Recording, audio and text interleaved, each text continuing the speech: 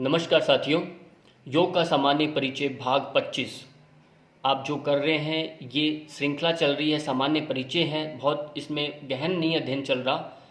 और इनमें विशेषतः जो योग आयुर्वेद साहित्य डिप्लोमा है 1 वर्षीय, उस डिप्लोमा पाठ्यक्रम के इसमें बिंदुओं को लिया जा रहा है। इसलिए जो जो मुख्य विषय बन रहे हैं वो आपके सामने हम रख रहे हैं। नाड़ी शब्द की व्याख्या क्या है, ये हम इसमें पढ़ेंगे। हठ योग ग्रंथों में नाड़ियों की व्याख्या क्या है, उनके बारे में इस वीडियो में हम जानेंगे।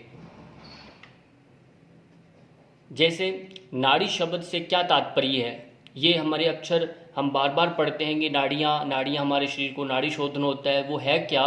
तो उसको शाब्दिक अर्थ में देखें, नाड़ी से तात्पर्य है खाद्य पदार्थ, पेय, रक्त के परिवहन हेतु छोटे बड़े मार्ग, लसिका, वायु के लिए मार्ग जो बने हुए अंदर हमारे तंत्रिका जो बनी हुई है, वो इन सब को एक आवागमन जो करवाने का कार्य करती है, वो नाड़ी कहलाती है। चाहे वो आपका शुद्ध रक्त का प्रवाह करवाती है, चाहे आपका शुद्ध रक्त का प्रवाह कराती है। ऐसे बहुत सारी अनंत शरीर के अंदर नाड़ियां हैं। अगला जो प्रश्न है, विभिन्न योग ग्रंथों में वर्णित योग अभ्यास से शुद्ध व स्वस्थ होने वाली शरीरस्थ नाड़ियों की कुल संख्या क्या है, कुल संख्या कितनी है। ये कहा, हठ प्रदीपिका ग्रंथ की बात करें तो उसमें 7200 नाड़ियाँ बताई गई हैं। शिव संहिता में 3.5 लाख नाड़ियाँ कही हैं। और उपनिषद में क्या कहा, 72 करोड़ 72 लाख 10,201 नाड़ियाँ। ये उपनिषद का सबसे प्राचीन संदर्भ हमें उपलब्ध होता है प्रश्नोपनिषद में। और ये 2 आपको हठ योग ग्रंथों में बताया है। इतनी नाड़ियाँ हमारे शरीर में उपलब्ध होती है। इनको अच्छे से ध्यान रखना है, कौन से किस ग्रंथ में कितनी नाड़ियाँ आपको बताई गई है।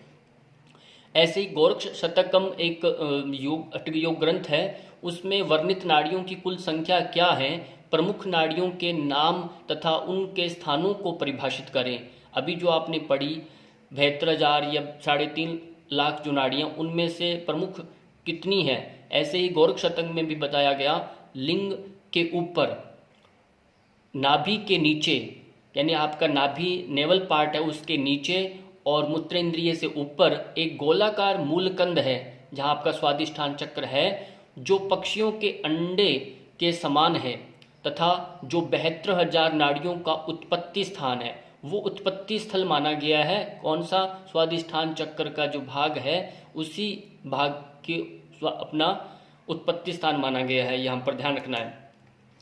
अब इन 72,000 नाड़ियों में से भी 72 नाड़ियों को प्रमुख माना है गोरक्ष शतकम में, और उनमें भी 10 नाड़ियों को विशेष रूप से स्थान दिया गया है। इस बात को भी ध्यान रखना है।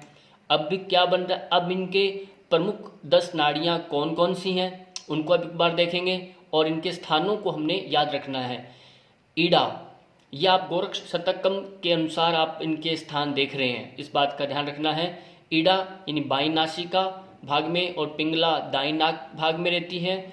और सुषुम्ना जो है मध्य, यानी दोनों जब नासारंध्र चलते हैं तो मध्य यानी आज्ञा चक्र सुषुम्ना का स्थान है।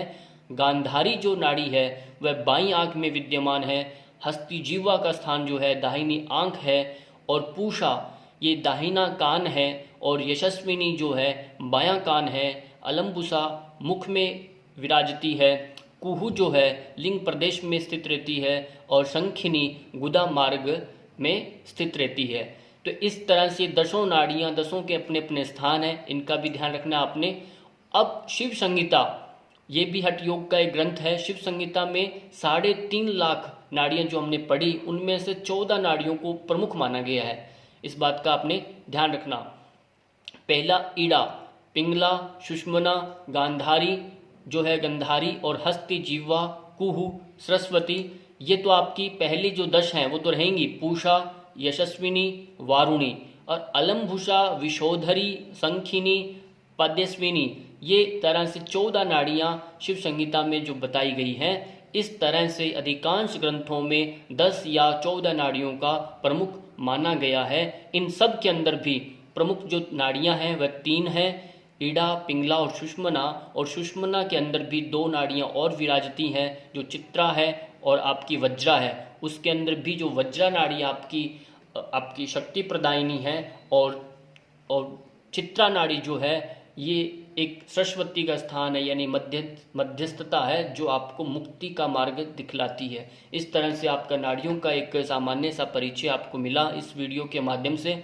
अच्छी लगे वीडियो तो आप इसको जरूर शेयर लाइक किया करें, और भी कोई प्रश्न हो तो आप बताया करें। बहुत बहुत धन्यवाद समय देने के लिए। पुनर्मिलामः।